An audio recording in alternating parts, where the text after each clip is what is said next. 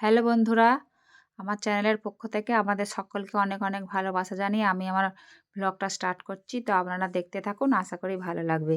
তো আপনারা সকলেই কেমন আছেন? আশা করি ভালোই আছেন, আর আমিও ভালো আছি। তো চলুন, এখন সকালবেলা, এখন থেকে আমি আমার ব্লগটা শুরু করছি। তো আপনারা দেখুন। তো সকালবেলা দেখুন, একটুখানি কুমড়ো ছিল, সেই কুমড়োটাকে নিয়ে বসে পড়েছি। তো সকালবেলা তো প্রত্যেকদিন মানে খাওয়ার জোগাড় করতেই হয় যা হয় কিছু।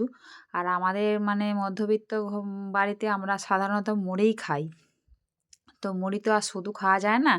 তো যা হয় কিছু জোগাড় করতে হয় আলুর তরকারি করতে হয়, না হয় আলু সেদ্ধ করতে হয়, যা হয় কিছু জোগাড় করতেই হয়। তো প্রত্যেকদিন তো আলুর তরকারি বা কিংবা আলু সেদ্ধ হয়েই থাকে। তো আজকে একটুখানি কুমড়ো ছিল, ওই জন্য সকালবেলায় দেখুন বাসি কাজ সেরে নিয়ে তো মুড়ি খাওয়ার জোগাড় করতে বসে পড়েছি। তো কুমড়োটা কেটে নিয়েছি, বুঝতেই পারছেন কুমড়োটা কাটা দেখে আমি কি করব। তো একটুখানি কুমড়ো ছিল, ওতে সবাইয়ের কুলোবে না। তো ওই জন্য আমি একটু আলুও নিয়ে নিয়েছি। আলুটাকে গোল গোল করে কেটে নিয়েছি, দেখুন এই যে। তো বেসন দিয়ে করব কুমড়োনি, আর এটা আলুটাকেও ওই বেসন দিয়ে ওই বেগুনির মতো একটু ভাজা করব। তো চলুন আজকে তো এটা দিয়েই মুড়ি খাওয়া হবে। আর রোজ রোজ তেলের জিনিস হয় না, কারণে আপনারা তো সকলেই জানেন তেলের জিনিস তো খাওয়া রোজ রোজ উচিত নয়। তো এইসব জিনিস মানে শখ গেলে একদিন আধদিনই হয়। তো আলুর তরকারি কিংবা আলু সেদ্ধ এসবই বেশি হয়। তো চলুন কুমড়োটা বেসন দিয়ে ভেজে নিই। তো আমি কুমড়ো আর আলু একসাথে কেটে নিয়েছি। কেটে নিয়ে একটু ধুয়ে নিই। ধুয়ে নিয়ে তারপরে বেসন ফাটিয়ে নেবো। নিয়ে কুমড়ো গরম গরম মানে কুমড়ো নিই আর মুড়ি, বুঝতেই পারছেন। আর সাথে কাঁচা লঙ্কা।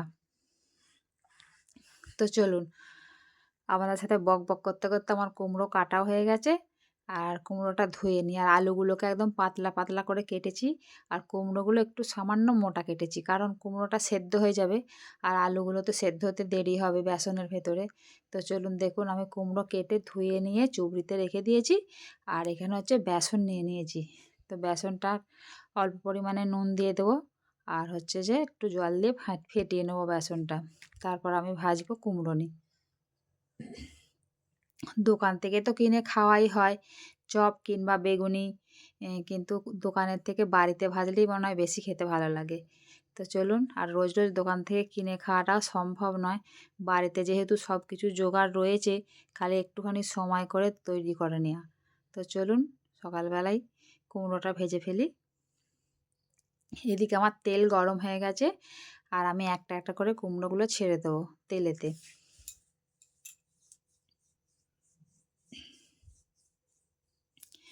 মুড়ি খাওয়ার জোগাড়জাতি হয়ে গেলে খাওয়া দাওয়া গুছিয়ে নিয়ে এরপর আছে রান্না। বুঝতেই পারছেন মেয়েদের মানে প্রত্যেক দিন প্রতিনিয়ত একই কাজ। বাড়ির কাজ সারতেই হবে, রান্না বান্না খাওয়ার জোগাড় এইসবই।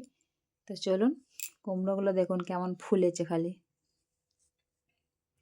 মানে বাড়িতে ভাজছি বলে কুমড়োগুলো ছোট ছোট করেই কেটেছি।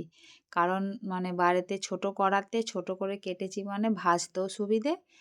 আর মানে কুমড়োগুলো কড়াতে ধরেও যাবে। তো ছোট ছোট করে ওই জন্য কেটে নিয়েছি কুমড়োটা। দেখুন কুমড়ো লাল লাল করে ভাজা হয়ে গেছে। তো তুলে নিয়েছি এবার। মচমচে কুমড়োর গরম গরম ভাজা আর মুড়ি। আর এই দেখুন আলুগুলো এবার দিয়ে দিয়েছি। দেখতে পাচ্ছেন তো আলুগুলো কেমন গোল গোল করে ছোট ছোট করে কেটেছি, পাতলা পাতলা করে। পাতলা করে কেটেছি কারণ এই যে তেলের ভেতর মানে তেলেতে দিয়েছি বেসনের ভেতর যাতে সেদ্ধ হয়ে যায় আলুটা। তো একদম পাতলা করে কেটে নিয়েছি। তো আমার কুমড়ো নিয়ে আর আলু নিই ভাজা হয়ে গেছে। তো আমি মুড়িও ঢেলে ফেলেছি। আমার ভিডিওটা এই পর্যন্তই। তো আপনারা যদি ভালো লেগে থাকে আমার পাশে থাকবেন, আর আমাকে সাপোর্ট করবেন। লাইক শেয়ার কমেন্ট আর সাবস্ক্রাইব করতে একদম ভুলবেন না।